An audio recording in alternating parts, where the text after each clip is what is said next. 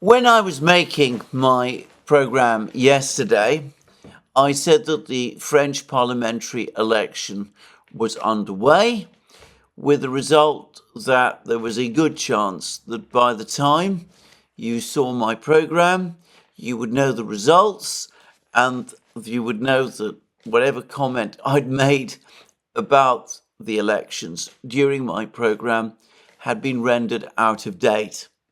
It's an occupational hazard that I face whenever I do a program for this channel.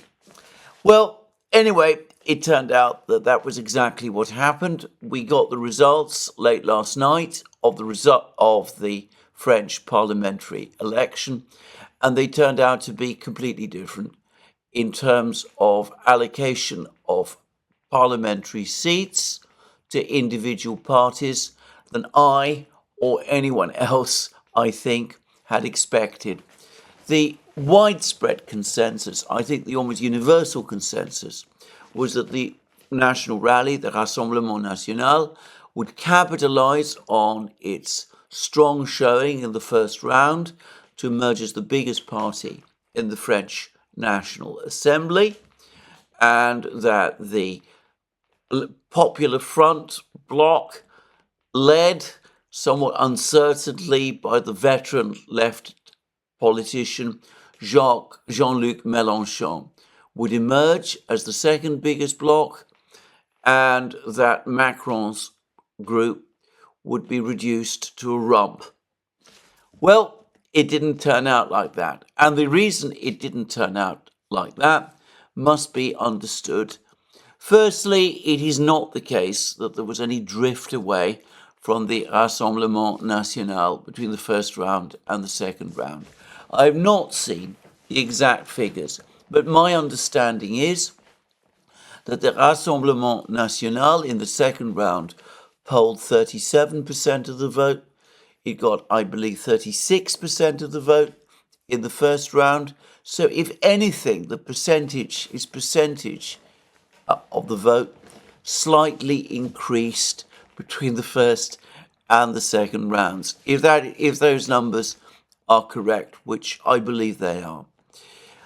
The reason it got knocked back from first to third place was not because its popularity declined or because the popularity of the other parties or other groups, the so-called Popular Front of the left and Macron's bloc, known as Ensemble, increased. It was because of the usual horse trading and manipulation, if you like, that took place between the other parties as they tried to keep the Rassemblement National out of power. And briefly, what happened was that an agreement was basically reached between Macron's bloc and the Popular Front that in any constituency where there was a clear sign that either one of these blocs was ahead of the other in competing against the Rassemblement National, the bloc with the lowest level of support would pull its candidate out and would instruct its voters to support the other.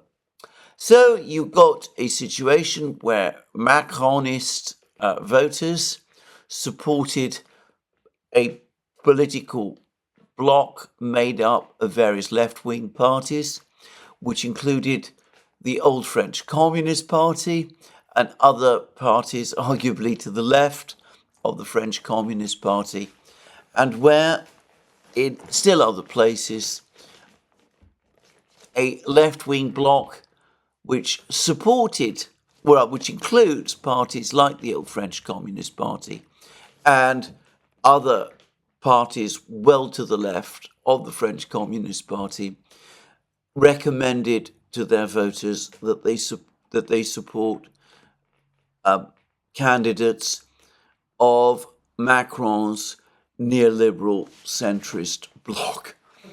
And this was enough to ensure that the Rassemblement National was not only denied its position as the biggest party in the French Parliament, but was pushed down to third place. Now, the result is an absolutely fragmented and completely chaotic situation in the French National Assembly.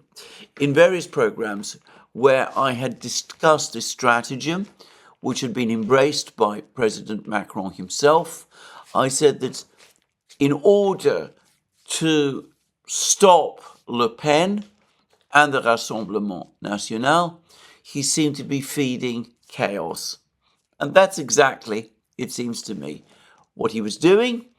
He was not the only one, and it is chaos that he has in effect achieved, because no party in the French National Assembly now commands a majority. There are three big blocs. The first is the Popular Front, the second is Macron's party, the third is the Rassemblement National. None of these three is anywhere close to a majority. The Popular Front, which is the biggest of the three, is around 100 seats short of winning a majority. So whatever government is now formed in France as a result of these elections to the French National Assembly will be either a minority government dependent on support on a day-to-day basis from the other parties, or some kind of coalition government, and it can only be a coalition between the left, the Popular Front, and Macron's group on the centre, of the neoliberal centre. Two groups that are fundamentally incompatible and traditionally hostile to each other.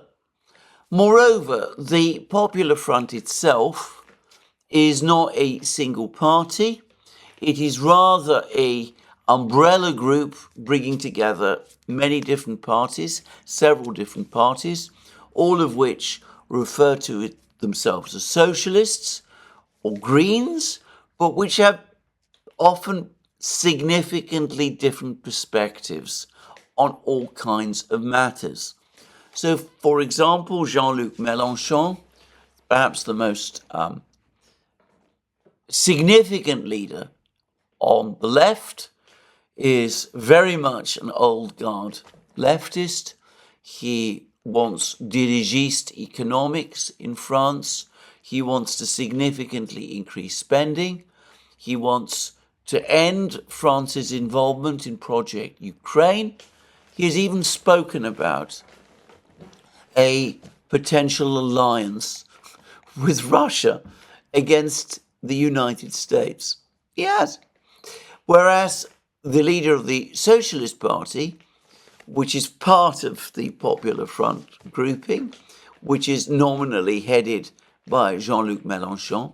Anyway, the leader of the Socialist Party, Raphael Glucksmann, has a completely different view. He appears to be an Atlanticist, a European integrationist. He is deeply hostile to Putin and Russia, and he supports Project Ukraine.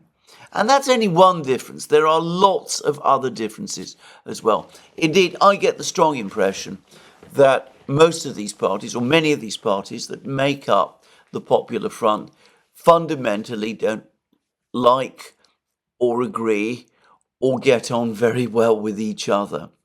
So not only would a coalition between the left and the centre, if you can call Macron's group the centre, be an unstable one, but it's not even clear to me that the Popular Front itself is going to hold together for very long. It was cobbled together in a hurry in order to see off the Rassemblement National.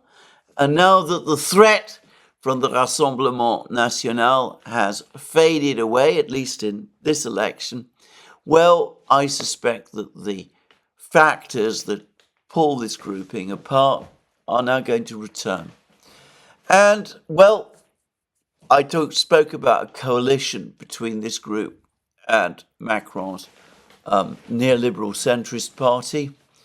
But of course, Jean-Luc Mélenchon has already ruled that out, even though he doesn't make it at all clear how, in that case, the left, which he leads, can form a government, given that it only holds a minority of the seats in the French National Assembly.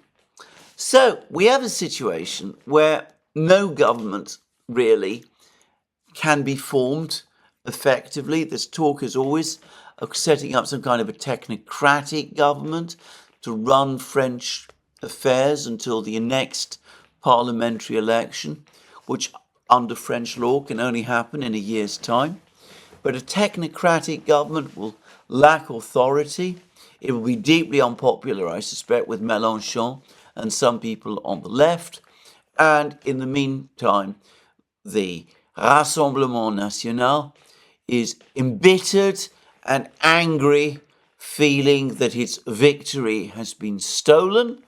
And I suspect that that is also the sentiment of many of its supporters across France.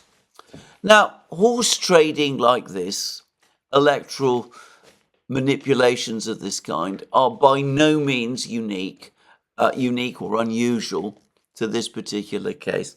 In fact, they happen all the time. In France, they have a very, very long history.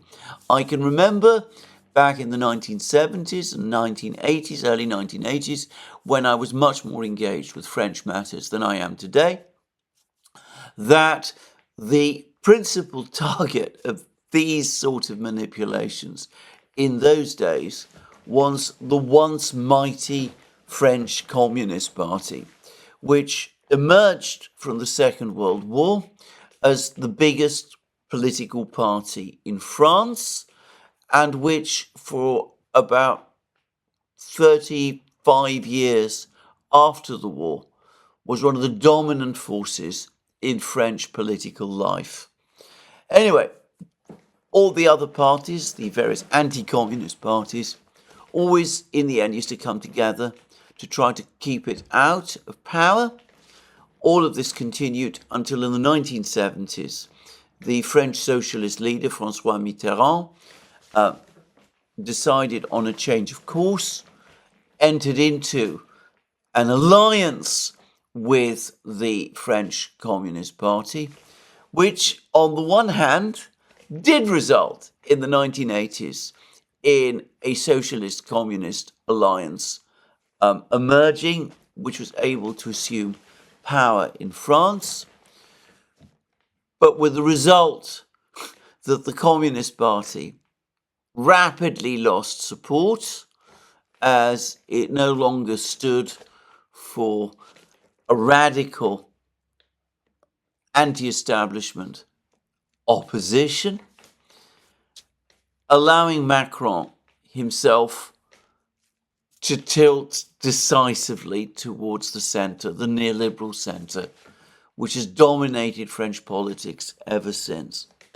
So anyway, once upon a time it was the French Communist Party that was the target of this kind of thing. Today it is the Rassemblement National. And it was the irony of this is that the Popular Front, one of its component parts, is the French Communist Party, which was excluded from power as a result of these kind of manipulations. It is now a party to those very same manipulations itself, though this time directed against the Rassemblement National. But anyway, to repeat again, there is nothing unusual about any of this. It's not unusual in terms of France, certainly not in terms of France, but to be frank, it happens in many other places as well. As people like to say, politics is a rough old trade, and it is it has been proved to be so again in this case. But that doesn't change the fact that what this has delivered is a chaotic situation in France, one in which no government can be formed at a time when the French economy is in an extremely precarious position, where the ratio of GDP, of debt to GDP, is either above 100% or likely to surpass that figure very soon, where French debt is ballooning, where there are problems, underlying major structural problems in the economy, and at a time when the general political and geopolitical situation in Europe is extremely bad. And again, France is going to be deprived of a government at a time when many French people feel very disaffected and angry about the state of their country and the state of Europe as well. So, an outcome which, unless you buy in fully to the narrative that Marine Le Pen is Lucifer's representative on earth, that she is the inheritor of the mantle of Vichy and of Pétain and of Laval and all of those people from the 1940s, unless you buy into all of that, one wonders, I personally do wonder, whether the price to keep Le Pen and the Rassemblement National out of power was worth paying. Certainly what the result, in my opinion, is going to be is that the situation in France is going to continue to get worse. And with all of the parties of the establishment now implicated in this attempt to keep the Rassemblement National out of power, if the situation in France deteriorates significantly over the next few years, as I suspect it will, then on the strength of these results, the Rassemblement National and Marine Le Pen herself are now in pole position to win the presidential election in 2027 and to achieve a majority, a big majority, in the French National Assembly. So, it could be, as she herself says, that her victory has been postponed, not averted, and that the victory, when it comes, will be bigger and more conclusive than a victory would have been in this parliamentary election that has just happened if events had simply been left to take their course. I think that is a distinct possibility. We will see where we go from here. In the meantime, let me repeat what I've said before. It's very difficult for me to see how President Macron can now continue with the incredibly belligerent stance that he has taken over Project Ukraine. One way or the other, two of the biggest blocs, the biggest bloc and the third biggest bloc in the French National Assembly, the Popular Front and the Rassemblement National, agree that his threats to send French troops to Ukraine and to authorize the Ukrainians to use French weapons to attack Russian positions on Russian territory. Anyway, these two blocs agree that that is wrong and that they oppose it. I would have thought that in the French National Assembly now, there is no support any longer, no substantive support any longer for the aggressive line that President Macron is taking with respect to the conflict in Ukraine. And I suspect that this will cumulatively grow. I think that over time, the pressure on him to row back will increase, that there will be increasing criticism of the policy of unlimited support for Ukraine that France has in recent months been following, and increasing demands that a diplomatic solution to the war should be found. Now, whether Macron will heed any of that is another matter. As president, he retains the power to determine French foreign and defense policy. But of course, he can't implement those kind of policies if he has a government, a parliament, that is openly hostile to these ideas. And I would have thought that that is going to limit what he can do. Anyway, we will see how things turn out in France. But a chaotic situation in France, chaos in France, chaos probably over time in Europe. There's already an article by Gideon Rachman in the Financial Times lamenting this reality, but there it is.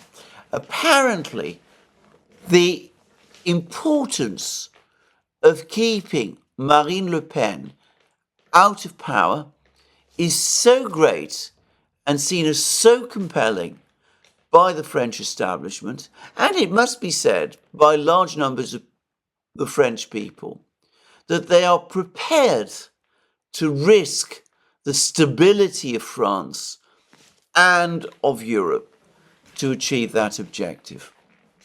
As to the policies that a Mélenchon government might follow, were it ever to take control, well, suffice to say that Mélenchon, who I believe knows Jeremy Corbyn in Britain, and who I believe is a friend of Jeremy Corbyn's.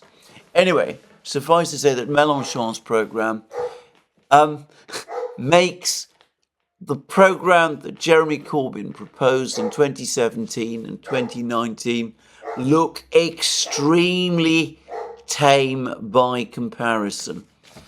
Perhaps that's not saying so much, because I actually always thought that Corbyn's programme was, when analysed objectively, fairly moderate. Once upon a time, it would not have triggered any particular surprise as coming from the British Labour Party. But anyway, Mélenchon's programme is far more radical and far more expensive than Corbyn's would ever have been. But I'm not going to analyse it or discuss it in any detail, because the fact is that without control of the French National Assembly, which, to be clear, the Popular Front does not have, there is no prospect at all of this programme being implemented. So there we are. Chaos in France, potential chaos in Europe, a situation where nothing is fully under control. Macron himself, I suspect, will stay on as president. I think that after these results, whatever thought he might have had of resigning has now been put away. But to be honest, I don't expect any real sense of direction or leadership on any major topic coming from France. Now, that's France. The United States, it seems to me, is in a very similar situation. In my last programme, the programme I did yesterday, I spoke about the growing sense within the Democratic Party and its supporters and its financial backers that President Biden needed to step down. Well, President Biden has now circulated a letter in which he makes it absolutely clear that he has no intention at all, none whatsoever, of stepping down. On the contrary, he intends and is determined to remain President of the United States and the candidate for the Democratic Party in the presidential election. He says in his letter that more than 14 million voters have chosen him as the Democratic Party nominee in the primaries, which is true, that any weakening of resolve or lack of clarity about the task ahead only helps Trump and hurts us, which is also true, as I discussed yesterday. The question of how to move forward has been well aired over a week now, and it is time for it to end. So Biden, as far as he's concerned, stays where he is. He's going to resist all proposals and suggestions and demands that he step down. He's going to remain president of the United States. He's going to represent the United States at the NATO summit meeting tomorrow. He is not going to give up pursuing his candidacy for re-election in November. And, well, anybody in the Democratic Party who is unhappy about that, they've just been told to shut up. And I suspect shut up eventually they will, because as I also said yesterday, the one thing the Democratic Party cannot afford is for this issue of Biden's presidency to fester unresolved for very long. If they could remove him from power, remove his candidacy, cancel his candidacy, and replace him with someone else, Kamala Harris is the person being most talked about now. Well, there's still some months left, and they could pull things together. But no such simple mechanism exists. Biden shows no willingness to step aside. They can't go into the convention with a convention that might repudiate the party's own nominee. So I think that they will decide that they have no option but to make the best of a very bad job and to quieten down and combine behind him. And there it is. So the United States continues to have a president. The Democratic Party itself no longer wants him to be its candidate in the forthcoming election, but they can't get rid of him. He won't go. The United States, it seems, is doomed to stagger on with this particular president all the way up to January, and the Democratic Party is lumbered with this same president as its nominee in the elections in November. But one person must be very pleased by all of this by this outcome, and that, of course, is none other than Donald Trump. He must be lauding himself and his team for the way in which he conducted himself during the television debate performance. I don't think there has been a single presidential television debate since they first started back in 1960, which has been so damaging to one candidate as that one was, or so beneficial to the other candidate. And I think Trump's tactics, his decision to conduct a relatively low-key approach to the debate by his standards, has, as he would say, very significantly paid off. Well, it may be good news for Trump, but in the meantime, all of us must hitch up for the ride. A president, perhaps not fully in control, running the United States in a time of deepening crisis all the way up to Inauguration Day in January. Well, there we are. Now, even as the situation in the West is every bit as chaotic and disorganized as I've just described. A government in Britain with a huge majority but a fragile mandate. A France which now finds itself in a chaotic political mess, and a United States which appears to be functioning largely on autopilot with no sense that any one individual is fully in control. Well, even as that is happening, the other side remains purposeful. Now, when I say the other side, obviously I mean primarily the Russians and the Chinese, but it's notable that other important political figures continue to play their own role. So Viktor Orban, on his mediation mission, has gone now from Moscow on to Beijing, where he's had a meeting with President Xi Jinping of China. And he's made it absolutely clear, Orban has done, that what he is trying to do is to set up conditions for negotiations to bring the Ukraine war to an end. And Orban has said that he has no actual plan on how to end the war, and he's absolutely right not to. That is not the mediator's job.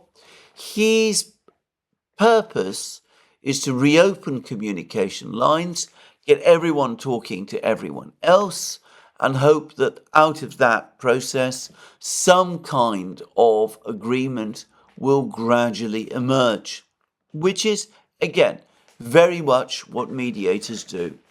And he's spoken to the two sides, the Ukrainians and the Russians, and he's gone on to China to speak to one of the two big stakeholders in this conflict, which is China, the friend and strategic partner of Russia, and shortly he will be in the United States as well to attend the NATO summit meeting, where he will try to discuss the results of his mediation mission with the Americans, where he will perhaps also try to meet with Donald Trump, where he will advise or try to advise the Americans, perhaps including Donald Trump, of what he learnt whilst he was in Ukraine, and perhaps even more importantly, in Moscow, and where, as he attempted to do in Kiev,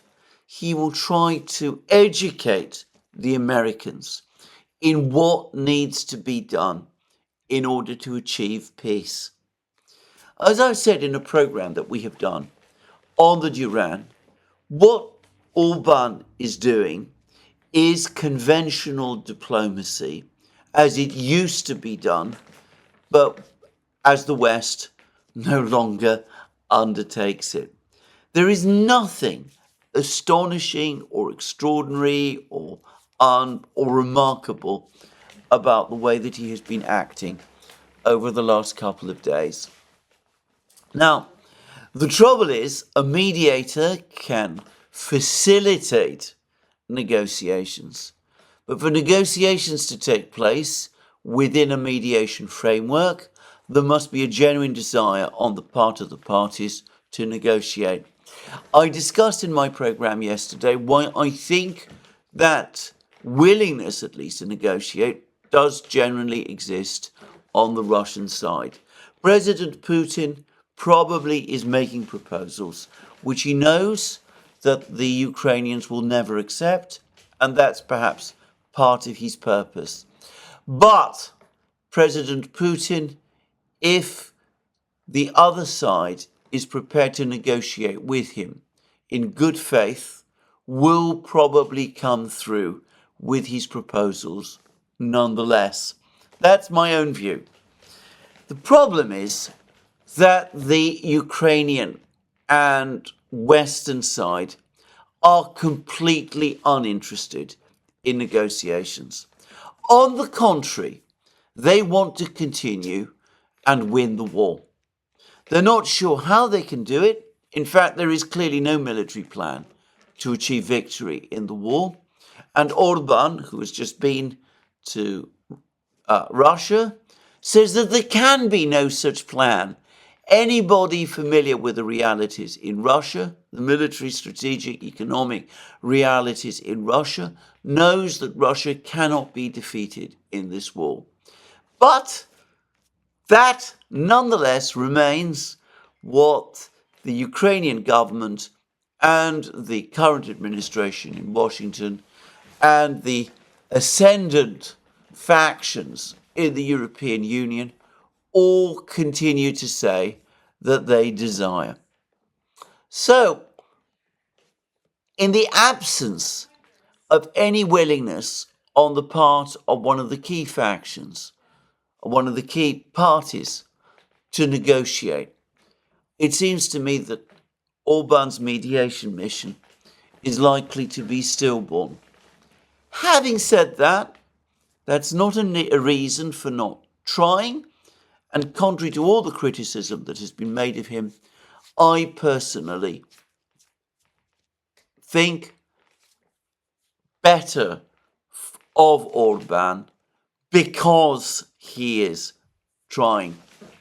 So, if they're not prepared to negotiate, if they're not going to use Orban's mediation efforts to achieve a peace, what are the NATO powers going to do?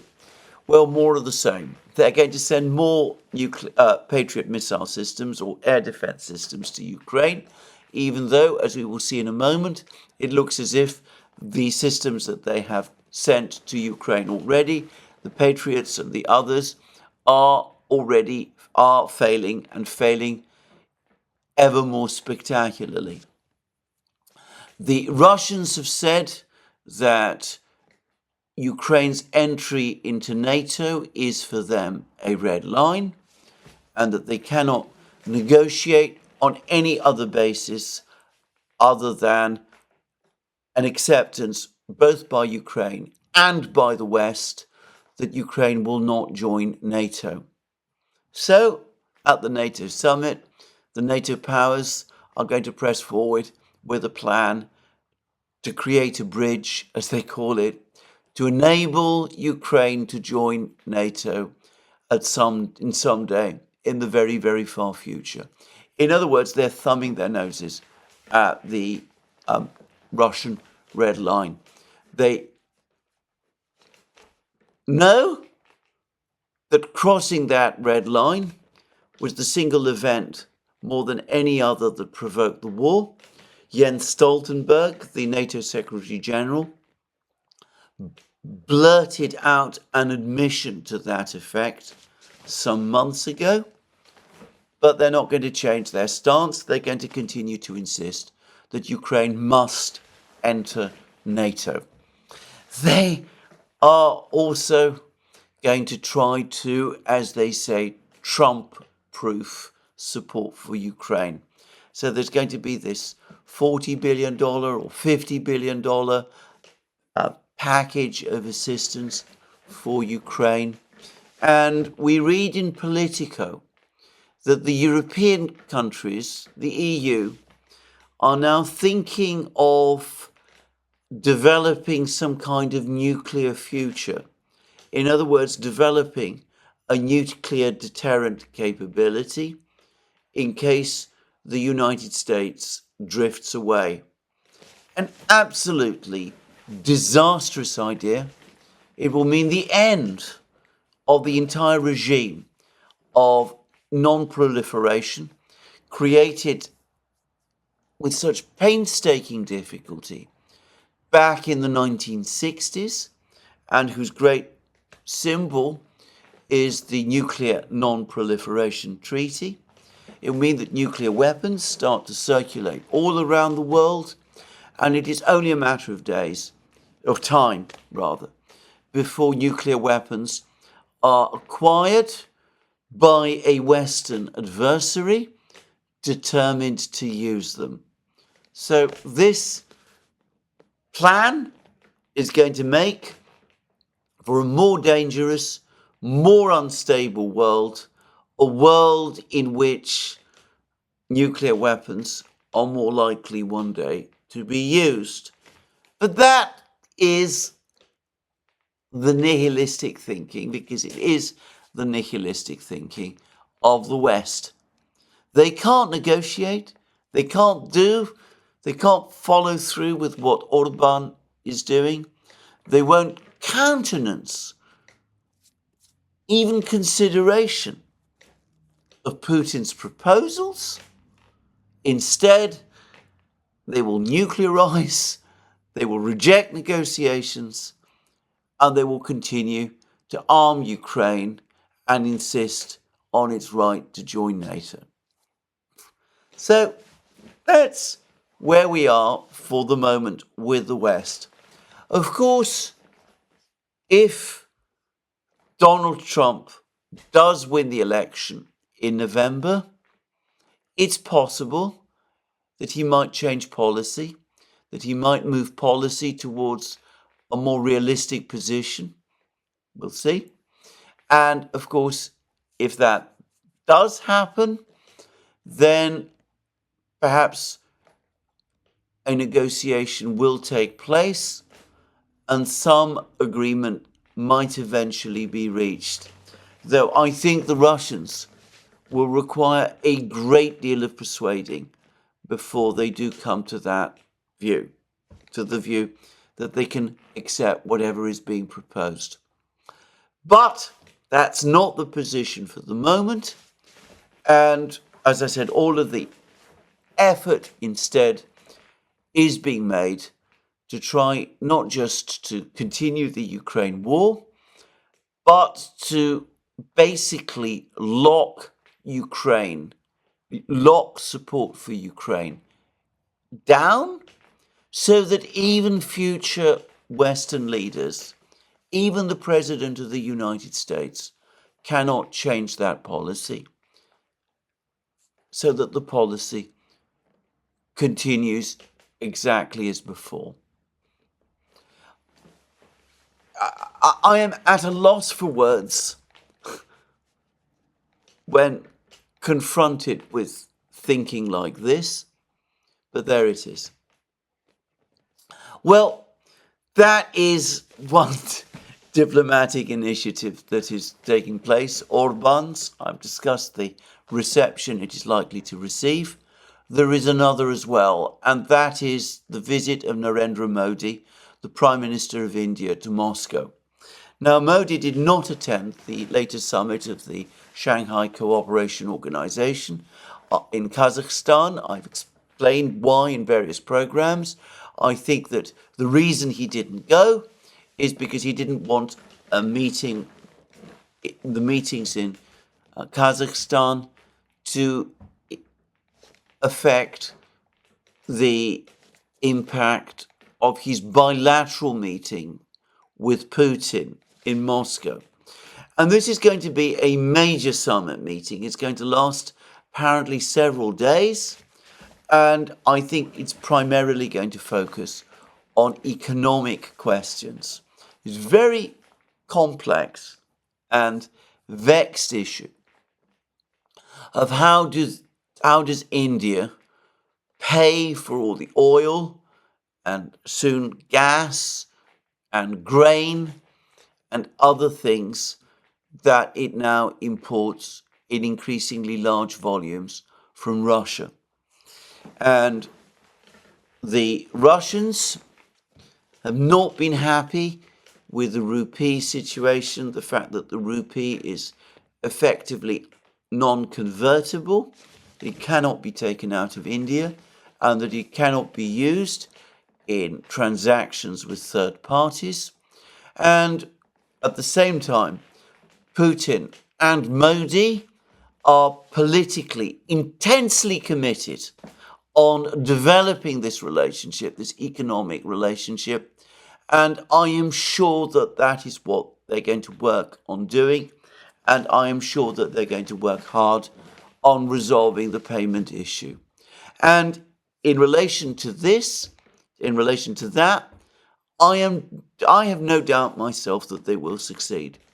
when the political will is there, these kind of problems are always resolved. There are always ways round, and I have no doubt that Putin and Modi and their teams will find them. So anyway, that is what this meeting between Putin and Modi is all about. It's important that this is either the first or second visit that Modi is making abroad since his re-election as Prime Minister of India. It shows the continued importance that India attaches to its relations with Russia. It's clear that this relationship between India and Russia is strong and growing stronger and is now developing a strong economic dimension. That doesn't preclude India seeking to maintain good relations with the United States, but India is not prepared to sacrifice its relations with Russia to that objective. So, a meeting that is constructive, that is going to look forward, that seeks to build, such a contrast to this nihilistic approach being taken by the Western powers at the NATO summit meeting, where instead of trying to find a way out of a crisis that they have created to such a great extent by themselves, for themselves, they look instead for ways to perpetuate and prolong it. Well, as I've discussed in many programs, the single biggest event that's taking place in the world today, bigger even than the events in the Middle East, continues to be the war in Ukraine. And it is the war in Ukraine that remains the main catalyst of change in international affairs. And, well, briefly, the situation in Ukraine continues on the same trajectory that I've been discussing now for many programs, And at this point, again, I'm going to do a roundup of the latest military news. And the big story this morning is of a major Russian missile strike on Ukraine. Apparently 40 missiles were used. It seems that hypersonic missiles were included amongst them. We don't yet have the Russian Defense Ministry's own account of this strike or of its objectives, but we are in a position to say certain things. Firstly, the strike came in two waves. There was a wave early this morning, around 1 o'clock in the morning, in other words, during the hours of darkness. And then there was, after that wave of missiles and drones swept into Ukraine, there was a pause of several hours, and then there was a second strike after dawn at around 9 a.m. in the morning. And the most interesting fact about this strike is that it mostly took place in daylight, which means that we have a significant amount of film this time of Russian missile impacts on the territory of Ukraine. Now, I say that it's important always to remember that filming Russian missile impacts in Ukraine is against Ukrainian law, and people who do it risk significant legal penalties, which I understand can extend to an actual prison sentence. So anyway, a major Russian missile strike on Ukraine using apparently hypersonic missiles. And the speculation is that the first wave was intended to identify where the Ukrainian air defenses were located, and that the second wave was intended to target those same Ukrainian air defense sites. Primarily, one presumes, the Patriots. Now, that may be wrong. There's others who say that it was the Russians were targeting other things. We will have to wait and see what the Russian Defense Ministry itself tells us about the purpose of this strike. But note that though there are still uncertainties as to the purpose and targets of this strike, we do know the general location where the strike took place. And the major targets were the two cities of Kiev and Dnipro. Dnipro, of course, major industrial city on the Dnieper River. It has significant number of important defense-related industries. It is also, by the way, the location of one of the great rockets and missile factories of the Soviet Union, the Yuzhny factory, which quite plausibly was also one of the targets of this attack. But it's also a major logistical hub where supplies from the West are to which supplies from the West are transported before being sent across the river, the Dnieper, into the battlefronts of Donbass. So the Russians have ample reasons to attack Dnipro.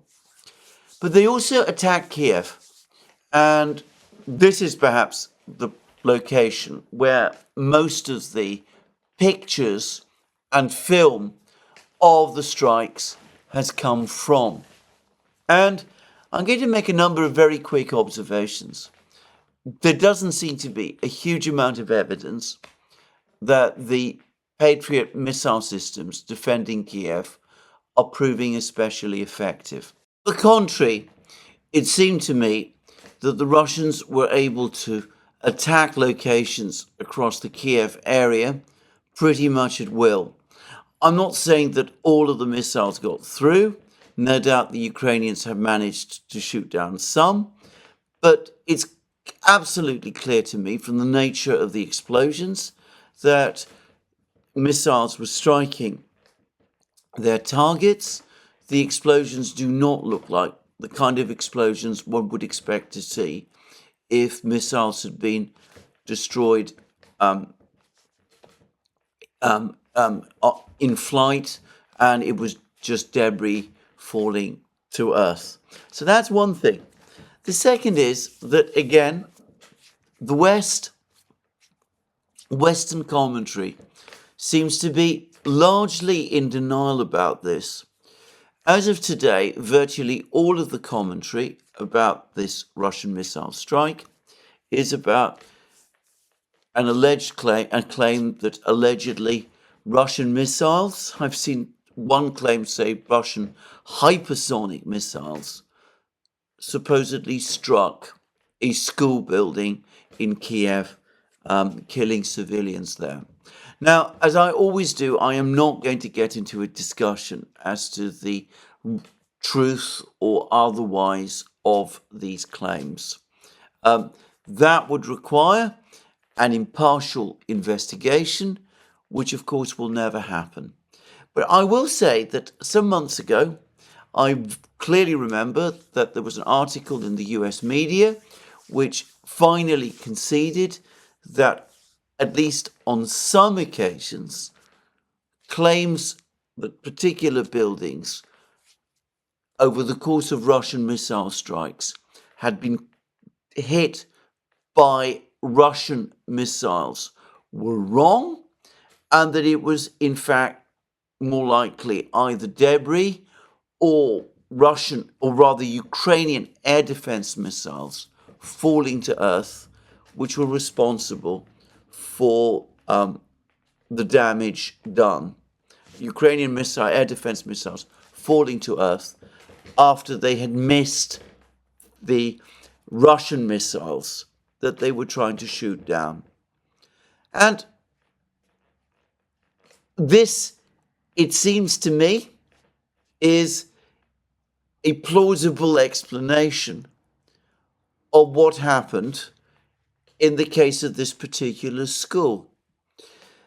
The problem is not just, however, that by reporting this incident as an atrocity, an attack on a school, the Western media may be reporting this attack wrong. By focusing on this particular incident, they're not reporting the bigger and in some respects even more important story, that in Kiev, the most heavily protected town in Ukraine, protected against air defense attacks, the Ukrainians are unable to shoot down Russian missiles so that the Russians are able to hit targets in Kiev, as I said, practically at will. And of course, the reason they're not prepared to admit that is because, coming back to what I said in my previous video, that would finally acknowledge the reality that the Patriot missile system is not proving especially effective in the conflict in Ukraine, which would in turn undercut the entire argument for supplying Ukraine with more of these missiles. So Ukraine is likely to get more of these missiles, Patriot missiles, even as they prove increasingly less effective. There it is. Now, this missile attack, this Russian missile attack, appears to have involved a variety of missiles: Kh-101 cruise missiles, subsonic cruise missiles, Calibre cruise missiles launched by a Russian Navy submarine in the Black Sea, Kinjal hypersonic missiles, but also apparently some Kh-22 or 32 massive supersonic anti-ship missiles launched by Tupolev 22M3 medium bombers. And Ukraine has previously acknowledged that it has no capability to shoot down those missiles, though I recall that some weeks ago they finally claimed that they had managed to shoot down one.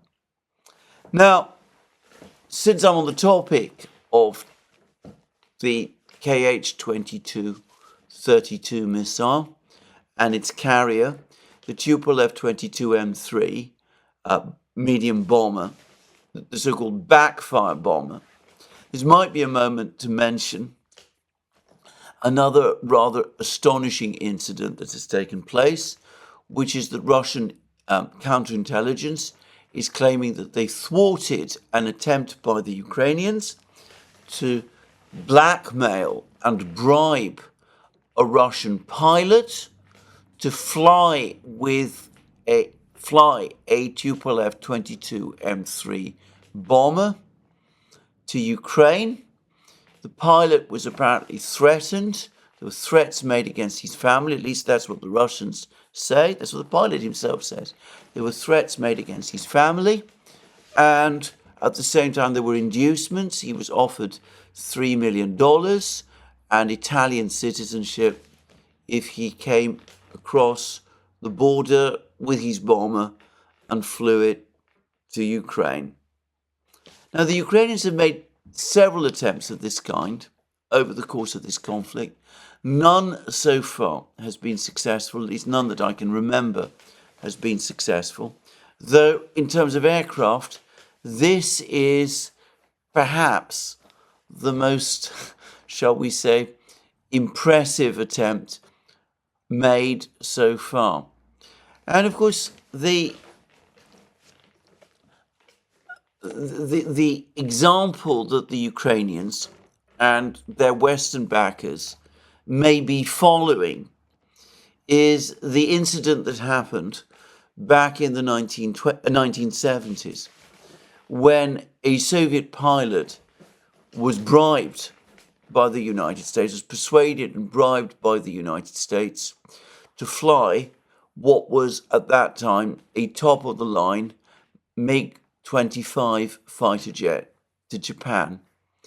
And it looks as if ever since then, the Ukrainians have been attempting to repeat this, this big intelligence coup that the US achieved at that time.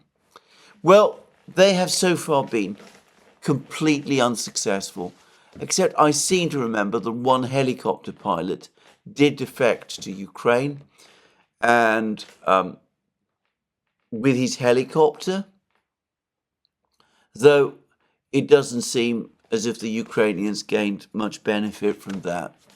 Of course, the Tupolev 22M3, these are big, very impressive aircraft, some of the most powerful aircraft in service anywhere in the world, would be another matter again.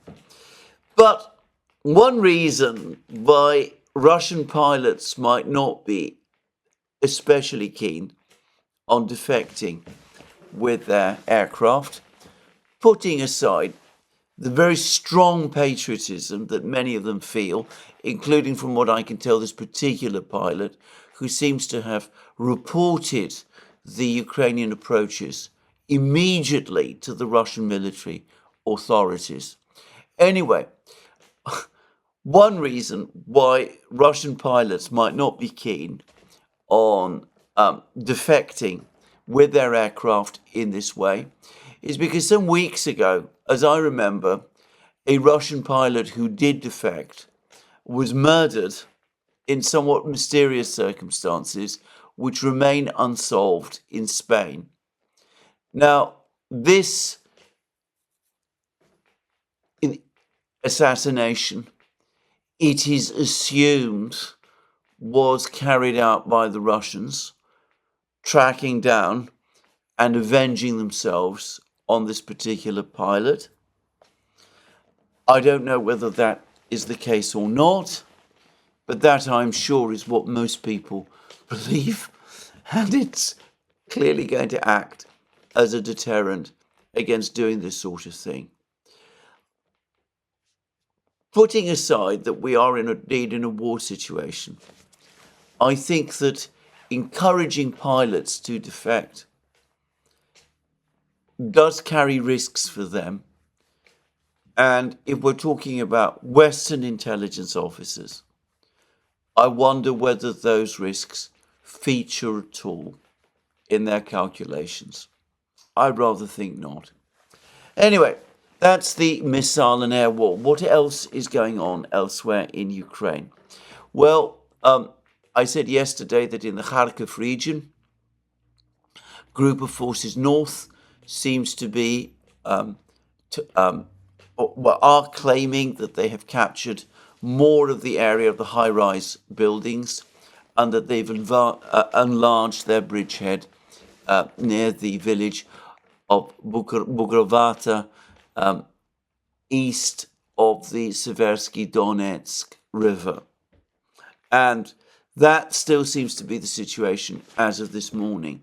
There is intense fighting going on in the village of Glubovoye near Lipsy.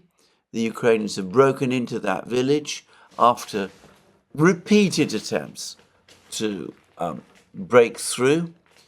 But we now see Russian armoured infantry, this film showing Russian armoured infantry being deployed to this very same area.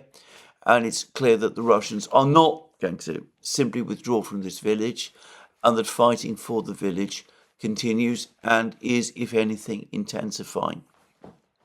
But the big news, the most intense fighting, continues to be in the Toretsk and of Ocheretino areas, Ocheretino Avdiivka areas. I say that, though it is likely that there is also intense fighting underway in Chasiv Yar. I've read reports that the Russians, having now captured the micro-district east of the aqueduct, are now fighting to gain control of the bridge or road that leads from the micro-district into western Chasiv Yar itself across the aqueduct, and that there is fighting going on between the Ukrainians and Russian assault troops on this particular road. But anyway, let's turn to the situation in Toretsk, because it's, again, the evidence suggests that the Russians are advancing faster and further than anybody had expected. Yesterday, the Russian Defense Ministry announced the capture of a village called, I believe, Chigali, which is located precisely in this general area of Toretsk. There's been other film which appear to show Russian troops pushing further, deeper into the fortified area in Toretsk.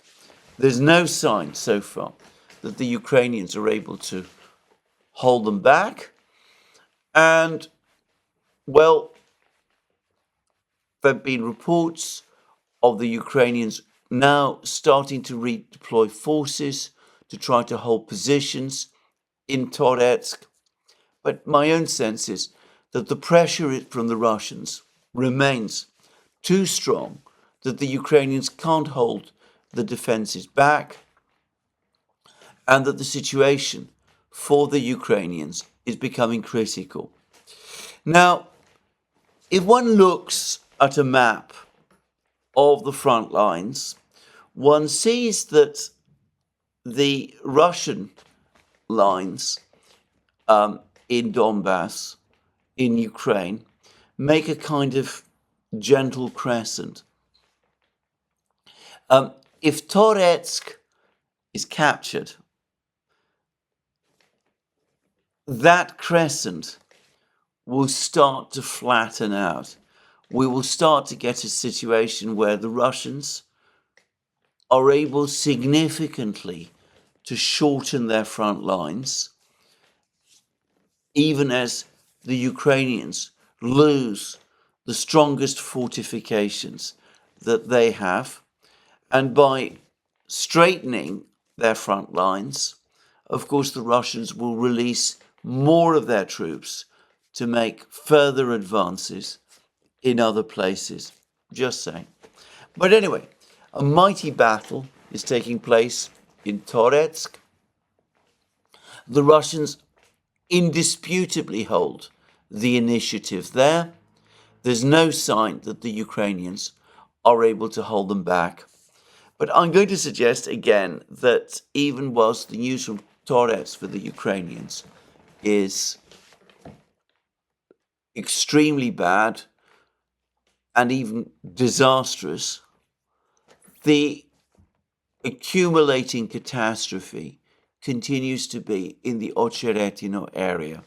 The Ukrainians have never found their footing in this area ever since Avdiivka itself fell in February of this year. The Russians have been advancing, and they've been advancing relentlessly.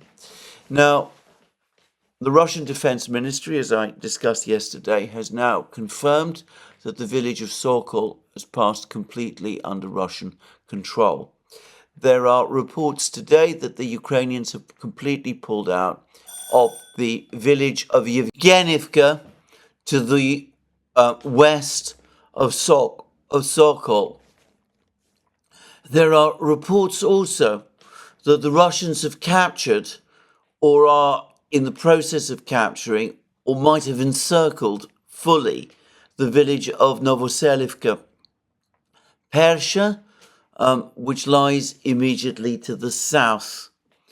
And there are further reports that the Russians have now begun their attack on the city of the village of Progress, which, if true, means that the battle for Pokrovsk has in effect begun. So it's again another situation where whatever the Ukrainians do, they don't seem to be able to slow the Russians down.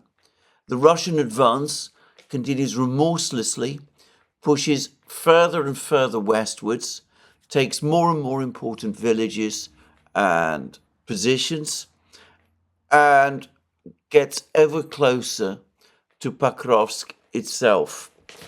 And there appear to be no Ukrainian fortifications in the way of the Russians.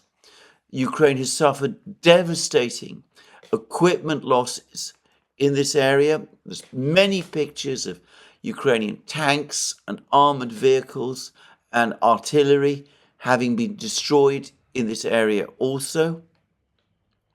And one also gets the sense that morale amongst the Ukrainian soldiers in this area, in addition, is at critically low levels. It's something of a puzzle to me that so much interest has been shown in what is going on in Kharkiv region, Chasiv Yar, Toretsk, but not enough is being shown in what is taking place in these small villages to the west of Avdiivka and Ocheretino. It's probably because none of them are big name places. This isn't Bakhmut or Mariupol or Severodonetsk, Lysychansk. I mean, nobody's going to stay up and worry about the events in a small village like, say, Sokol. But the fact is that, again, if we look at these villages as pieces on the board, they are important pieces in themselves, and the Russians are scooping them up at an ever faster speed, ever faster pace. And if we do indeed get to a situation where the Russians begin an attack on Pokrovsk itself at some point over the next few weeks, and that seems to be the trajectory of travel in this war, then the major crisis of the war will have come. We will have, presumably by that point, further Russian advances in Chasiv Yar, the Toretsk direction. Supplies to both Chasiv Yar and Toretsk will become increasingly precarious. It's difficult to see exactly how the Ukrainians would be able to continue to defend places like Pokrovsk and Kramatorsk and further north Slavyansk, given that increasingly their defenses are starting to look like they're losing strategic depth. Now, I discussed the NATO summit meeting before, and I said that the Western powers seem to be determined to lock in support for Ukraine, disregarding whatever Donald Trump might say or think or do when he is elected president if he is elected president of the United States in November. What the West is doing is it is depriving itself of maneuver room, of freedom of action, immediately prior to the collapse that is now starting to appear over the horizon. I've said in previous programs that I don't think many people in the West fully understand how brittle the situation for Ukraine has started to become, how the situation in Ukraine is now increasingly acquiring the quality of a prospective collapse by the Ukrainian military, perhaps sooner, even sooner than anyone expects. It's not impossible that even as the West strategizes on how to continue the war, they will find that they're facing a sudden collapse on their hands, and that they have done nothing at all to prepare for it. But there we are. The West, as Eve Smith once correctly said in one of its articles, spends so much time discussing things with itself now that it loses sight of the thinking and actions of the other side. And, well, she was talking about negotiation strategies, that the West negotiates with itself about what proposal to put to the other side, but it's so that it doesn't consider whether or not the other side is going to be interested in accepting this proposal. But the West is making the same mistake, it seems to me, in terms of its military strategies and political strategies as well. It is a year behind actual developments in the war. It assumes that the situation is still where it was in around June 2023, when Ukraine's offensive was clear, would not succeed, but the West could comfort itself with the view that the situation was in stalemate, and that if a little more was done, perhaps that stalemate could be broken in Ukraine's favor. Well, anyway, there it is. We have this very strange situation at the moment. We will see how the West does react to a sudden collapse in Ukraine, a collapse which, in my opinion, all the signs are that it is coming, and coming faster than I think pretty much anyone in government in the West fully expects. Anyway, this is where I finish my program for today. More from me soon. Let me remind you again that you can find all of our programs on our various platforms, Locals, Rumble, X, and others. You can support our work via Patreon and Subscribestar. Don't forget also to check out our shop, where you can find all the various things that we have there. Magic mugs, hats, hoodies, t-shirts, all those great things. And last but not least, if you've liked this video, please remember to tick the like button and to check your subscription to this channel. Thank you again. More from me soon. Have a very good day.